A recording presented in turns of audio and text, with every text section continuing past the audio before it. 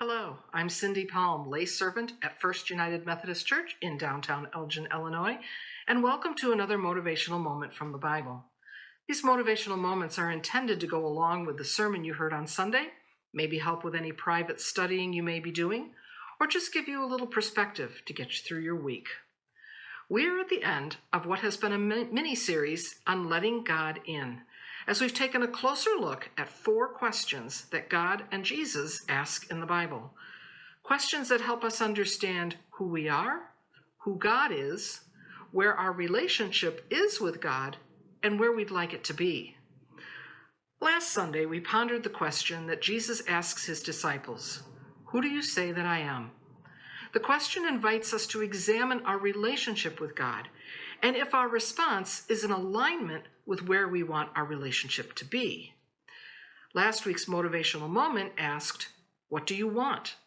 A question Jesus asks 2 different people in 2 different situations within the same chapter. It's a simple question, yet it's often a stumbling block in our ability to achieve the relationship we desire because we either don't have an answer or our request underestimates the power of God. Yesterday, God asked, "Where are you?" A convicting, soul-searching question that forces us to acknowledge the fact that while we may desire a closer relationship with God, we often aren't where we ought to be. We seek his peace, and yet we wander away, seeking comfort elsewhere or attempting to go it on our own. Our actions indicate that we want a relationship with God, yet where are we?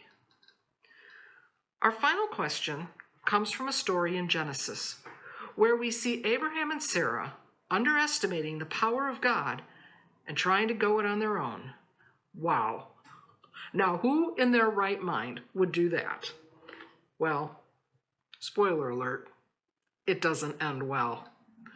You see, Abraham and Sarah have never been able to conceive and bear a child. Both are in their 80s, so it's becoming increasingly unlikely that it will ever happen. So instead of trusting God, Sarah decides that just because she's barren doesn't mean Abraham should be denied an heir. So she makes a suggestion that you and I and everyone else reading the Bible knows that she will live to regret. I guess you can call it a hazard of early earthly living. She suggests that Abraham get it on with her maid Hagar so that she can become pregnant and hopefully bear him a son.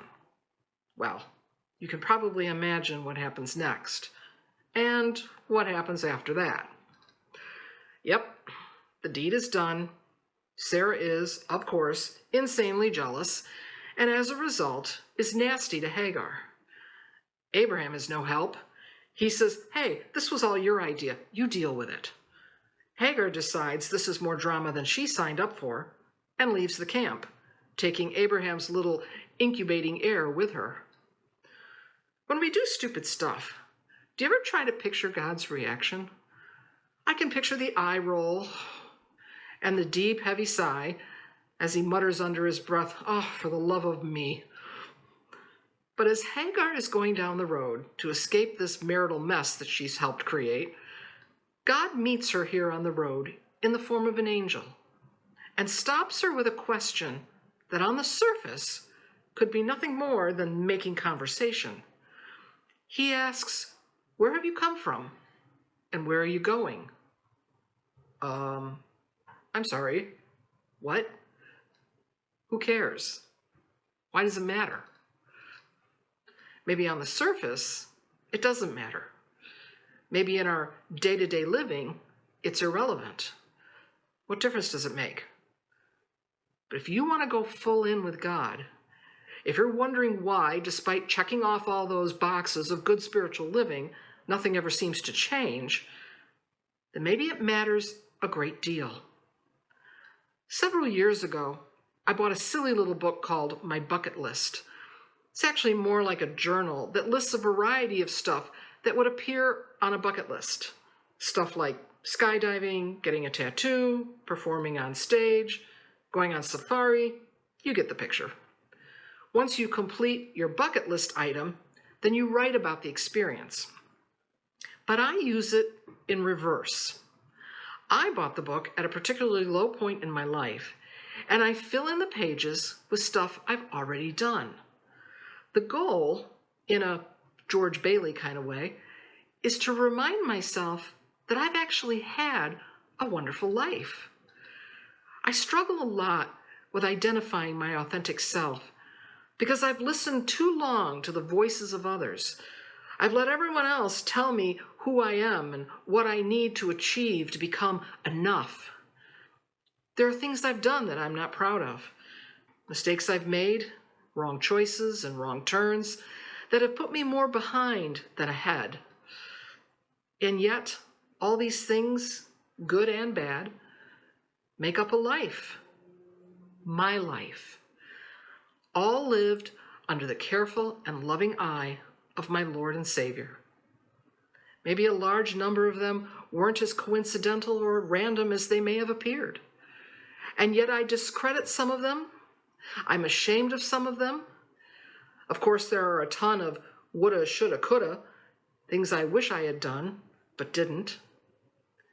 And yet God was there, through it all, helping to shape me into, well, me. I need to remember all the footprints in the sand of my beach, all the Red Seas parted for me, all the times I was blessed, all the times of whom God was well pleased. Where have you come from?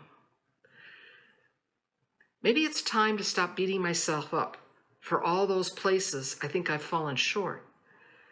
Maybe it's time to see that it has been enough, that I am enough. Maybe it's time that I turn around and take a good hard look at where I come from and what God has done. We are at the end of our little mini-series, and the biggest question of all remains, where are you going? Hagar thought she could escape the mess by running away, but God stops her because cleaning up messes is what he does best. He says to her, don't leave, go back. I can fix this, maybe even better than you thought possible.